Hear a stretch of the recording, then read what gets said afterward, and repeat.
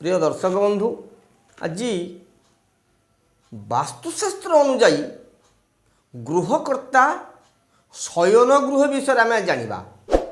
গৃহকর্তা কেউঠি শয়ন কলে বা কেউ দিগরে গৃহকর্তা শয়ন কলে তার শুভাশুভ হব সেই বিষয়ে আমি কিছু জানিবা আসন্তু। মଣିষ সারাদিন বাহিরে অক্লান্ত পরিশ্রম করে ঘরକୁ ফেরিথায়। কাহিଁକି ନା ଟିକେ ଶାନ୍ତିର ରହିବା ପାଇଁ, ଶାନ୍ତିର ଟିକେ ନିଦ ହେବ, ଶାନ୍ତିର ରହିବ, ଶାନ୍ତିର ଶୟନ କରିବ, ସ୍ୱାସ୍ଥ୍ୟ ମଧ୍ୟ ଠିକ୍ ରହିବ। ସେଥିପାଇଁ ଶୋଇବା ଗୃହର ମୁଖ୍ୟ ଭୂମିକା, ସେ ଶୋଇବା ଘରର ମୁଖ୍ୟ ଭୂମିକା ବିଷୟରେ ଆମେ ଜାଣିବା ଆସନ୍ତୁ। ଗୃହକର୍ତ୍ତାଙ୍କର ଶୟନ ଗୃହ, ଗୃହକର୍ତ୍ତା ଯେ ଘରର ମୁରବୀ ତାଙ୍କୁ କହିଥାଉ ଆମେ ଗୃହକର୍ତ୍ତା। ଦକ୍ଷିଣ ପଶ୍ଚିମ ଦିଗ ନୈಋତ କୋଣରେ ଗୃହକର୍ତ୍ତା ଶୟନ କରିପାରିବେ।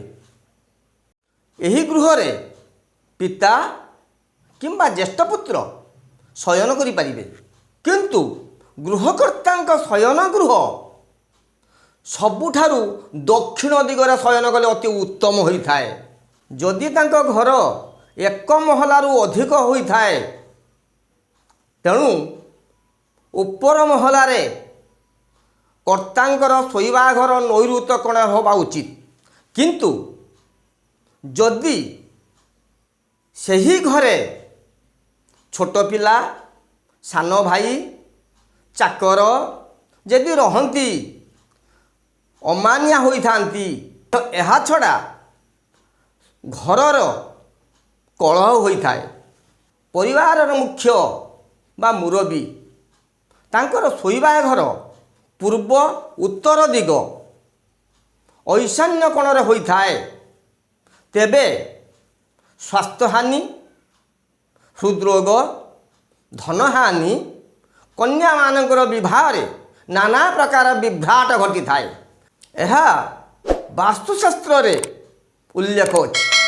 ଯଦି ଗୃହକର୍ତ୍ତାଙ୍କର ଶୟନ ଗୃହଟି ପୂର୍ବ ଦିଗରେ ହୋଇଥାଏ, ତେଣୁ ଗୃହକର୍ତ୍ତାଙ୍କର ମନ୍ଦ ସ୍ୱାସ୍ଥ୍ୟ, ସନ୍ତାନମାନଙ୍କର ହାନି ଘଟିଥାଏ। ଗୃହକର୍ତ୍ତାଙ୍କର ଶୟନ ଗୃହଟି ପୂର୍ବ ଦିଗ, ଦକ୍ଷିଣ ଦିଗ ବା ଅଗ୍ନିକୋଣରେ ଶୟନ ଗୃହଟି ହୋଇଥାଏ। ଯଦି ଗୃହକର୍ତ୍ତା ଏହି ଦିଗରେ ବା ସେହି ଗୃହରେ ଶୟନ କରନ୍ତି, ଗୃହର ଅନାବଶ୍ୟକ ଖର୍ଚ୍ଚ ବଢ଼ିଥାଏ। ସ୍ୱାମୀ ସ୍ତ୍ରୀ ମଧ୍ୟରେ ଛୋଟ ଛୋଟ କଥାରେ ଝଗଡ଼ା, ହଠାତ୍ ରାଗିଯିବା ଓ ମାନସିକ ଦୁଶ୍ଚିନ୍ତା, ଅସ୍ଥିରତା ଦେଖା ଦେଇଥାଏ। ଆହୁରି ମଧ୍ୟ ସେହି ଘରେ ବା ସେହି ଅଗ୍ନିକୋଣ ଘରରେ ଯଦି ଛୋଟ ଛୋଟ ପିଲାମାନେ ବା ପିଲାମାନେ ଶୟନ କରନ୍ତି, ଅଳସୁଆ ହୋଇଥାନ୍ତି। ପିଲାମାନଙ୍କର ଶୟନ ଗୃହ ଓ ପଢ଼ିବା ଗୃହ, ପିଲାମାନଙ୍କର ଶୟନ ଗୃହ ପଶ୍ଚିମ ଦିଗରେ ହେଲେ ଉତ୍ତମ। ଆହୁରି ମଧ୍ୟ ତାଙ୍କର ପଢ଼ା ଗୃହଟି ଉତ୍ତର ଦିଗରେ ହେଲେ ଅତି ଉତ୍ତମ ହୋଇଥାଏ। ପିଲାମାନଙ୍କର ଜ୍ଞାନ ବୃଦ୍ଧି ବଢ଼ିଥାଏ। ଏହି ଦିଗରେ ପିଲାମାନେ ପଢ଼ିଲେ ଭଲ ପଢ଼ିଥାନ୍ତି ଆଉ ଜ୍ଞାନ ମଧ୍ୟ ଲାଭ କରିଥାନ୍ତି।